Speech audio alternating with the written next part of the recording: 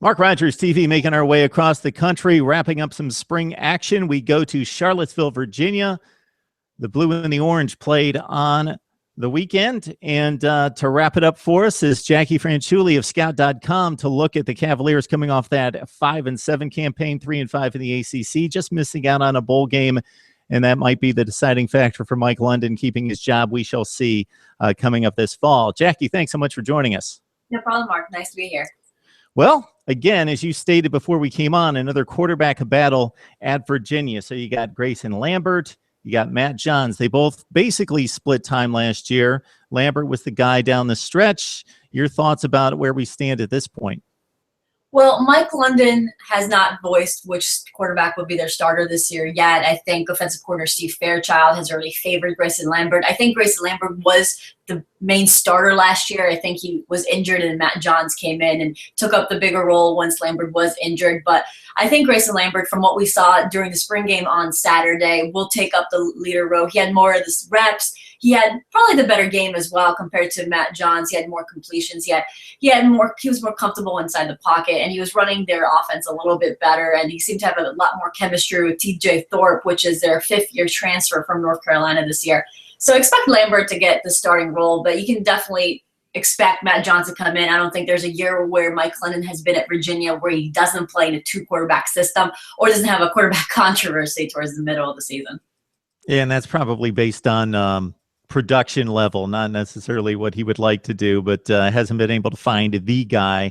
And again, you talk about Lambert and Johns both coming into their junior seasons with comparable stats from last year, but it appears Lambert's the guy at this point. Running back is a situation where they lose their top two ground gainers. Kevin Parks, we talked about him before we came on, had a fairly productive year last year, but really an outstanding year in 2013 with 1,000 yards and 11 TDs. So who are those guys that could possibly fill the gap? Well, 3 years ago, they got a four-star running back in Taquan Mizell, nicknamed Smoke, from the Virginia Beach area. And he hasn't really lived up to that star rating yet. First year he was injured, and last year he had okay production, but it was never the speedy guy that we expected. He wasn't the guy that UVA would go to on those must-need yards, and this is a time where UVA needs him to be that starting running back. Right now, he is a veteran of that group. They'll look to Daniel Ham to really add that. He is more like a Kevin Parks type of runner, goes into the middle and uses his big frame to get those added yards. And then also you've got a redshirt freshman, Jordan Ellis, who coming to UVA last year. He's one to watch for. I liked him when he came into UVA as a recruit. Very, very fast, but mostly he gets you a lot of yards after a tackle. He's one of those guys that can bulldoze through some tackles, and he'll get you those extra 1 or 2 yards when you need it the most. And Smoke looked okay during the spring game. I think he's improved a lot. He doesn't do those jukes that he did last year. I think that's something he got from high school that had worked in high school, but he didn't really adapt to college game and the speed. He actually was going north and south, which is a welcome change. Anyone who watches Virginia, they were known last year to go east and west, which you all know you can run 30 yards east and west and no one cares. So it was great to see him go north and south and trying to avoid tackles that way rather than going sideways. So he was improved a little bit better. He did have a fumble during the spring game, however, so it's not all positive when it came to him, but he definitely looked more confident. Even after post-game, he seemed more confident, and he was smiling, and he was saying, yes, I really enjoy Chris Beatty, which is their new running backs coach. He sat me down, told me what I was doing wrong, and helped me kind of switch my skill set a little bit. So you can already see that Beatty has really had an influence on the running back core, and a lot more than Larry Lewis, who's now the special teams coordinator. So I think the addition of him has really helped this group. Beatty coached Percy Harvin, which is from the Virginia Beach area. So a lot of those guys have huge respect for him. All right, that's what spring's for. A lot of coaching, a lot of instruction. Jacquie Franciulli joins us from Scout.com, sizing up Virginia, coming off 5-7, looking for better things despite, wow, I reviewed it this morning, a brutal schedule coming up this fall. But anyway, let's look at the defense, Jacquie. 7 starters back, and this was a sound defense. So we see 5-7, we think it's a marginal football team, but the defense was really sound. Just ask Brett Hundley in the opener, couldn't get the ball in the end zone, but they do lose 24 of 34 sacks produced in 2014. Your overview of the defensive personnel. Yeah, I know. I think a lot of people forget how good this UVA defense was last year. Just also ask Florida State, who wasn't able to, score for a long period of time in that second half. And we know that Florida State was a huge second half team offensively, but they do lose so many guys. All-American Anthony Harris, the safety, who 2 years ago had 8 interceptions.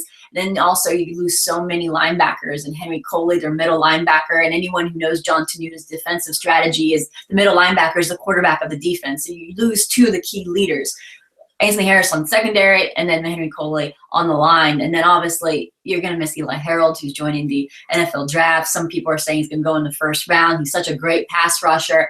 So you lose him and Max Vallis, another guy entering the draft, and the list goes on. That's so many leaders that UVA will lose. And when you go into the spring game, a lot of the guys on defense were injured, so we couldn't get, Micah Kaiser is the guy who's going to replace Henry Coley at middle linebacker. We didn't get a chance to see him because he did have a knee injury during the spring. But we got to see Zach Bradshaw, the second in command, you can really say. He would most likely be an outside linebacker during the year, but he did play a little bit of Mike during the spring game. And he seemed to be very comfortable in that position. You can see that some of the guys were a little bit late.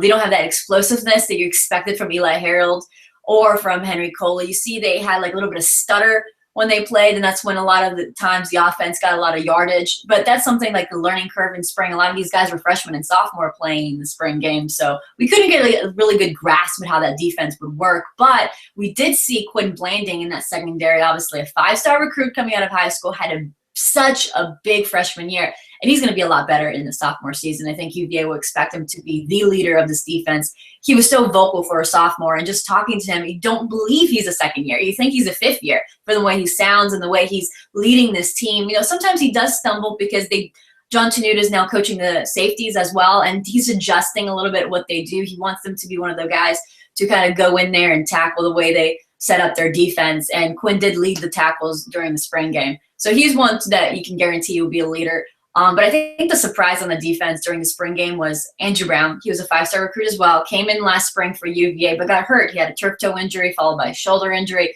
Got a little bit of extra weight on him.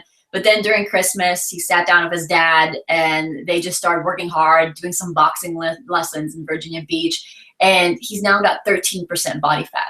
And you can really see how that affected his game, and you can see his confidence level. He's a player that needs to be confident in order to get anything going on the field, and you can see that he's slowly getting confident. I joked with him after the game. He just really wanted to tackle somebody. He was just going for it. He nearly had 3 sacks. You can call it sacks in spring game, but he just really was going after it. And you can see he's the type of guy that would really show out during the season. Obviously, he's not going to be maybe one of the ones because David Dean, who was injured, will be your leading tackle, but I think Andrew Brown will get significant amount of reps if he continues on the streak where he's concentrating on football and, getting confidence because he's getting more reps. John Tenuta said it best afterwards. He just needs to find that consistency because he has the skill. He has that fundamentals. He needs to work a little bit on the little details that sometimes he misses, like a little bit of his footwork, and he needs to really make sure he completes his blocks with his hands. But if he, kind of hones down his game, he could be a really guy to contribute next year. All right. As you can tell, Jackie knows her Virginia personnel. This is really good stuff, talking about the Cavaliers as we head into the fall. Jacquie Franciulli of Scout.com. Hey, Jackie, hopefully we can have you back sometime in the summer. We can set up fall camp and this schedule. I'm going to call it right now, Jackie. I haven't looked at schedules across the board. We'll get to that sometime this summer, but UCLA, Notre Dame, Boise State, 3 of the first 4 games. I'm calling that the toughest non-conference schedule in the country right there. Wow. Yeah, I know. It's been like that for the last 3 years. UVA football has the toughest schedule out there, and starting at UCLA and then welcoming Notre Dame for the first ACC matchup, the second game at home. It's just like, wow. The administration didn't help out Mike Lennon at all in the last 3 years. Last year they had UCLA as well, and then 2 years ago they had Oregon in the first game of the year. You're just thinking, wow, this is not a team or schedule that you want when, Mike Lennon's trying to rebuild a team. This is a schedule that you already established yourself. Thankfully they switched one of their games. They had Stanford on their schedule in the next 5 years, but then they took out and added Indiana. So at least they're going on the right track again for a team that's building. But wow, Mike Lennon is fighting for his job. And he would probably need a bowl game to keep it. And wow, for that schedule, it's going to be tough for him to get into a bowl game. Yeah, because even though it seems like a stretch right now, Duke has shown us in recent years and Georgia Tech that the division's a free for all. You can lump everybody in basically the same category, throw a blanket over them. Basically, the talent and the level of play is pretty close. So they could make a run in the division. But yeah, the non-conference schedule is not going to help the bid for a postseason berth. No question about that. Jacquie Franciulli joins us from scout.com. Hey, Jacquie, thanks so much for the time. No problem, Mark. Anytime.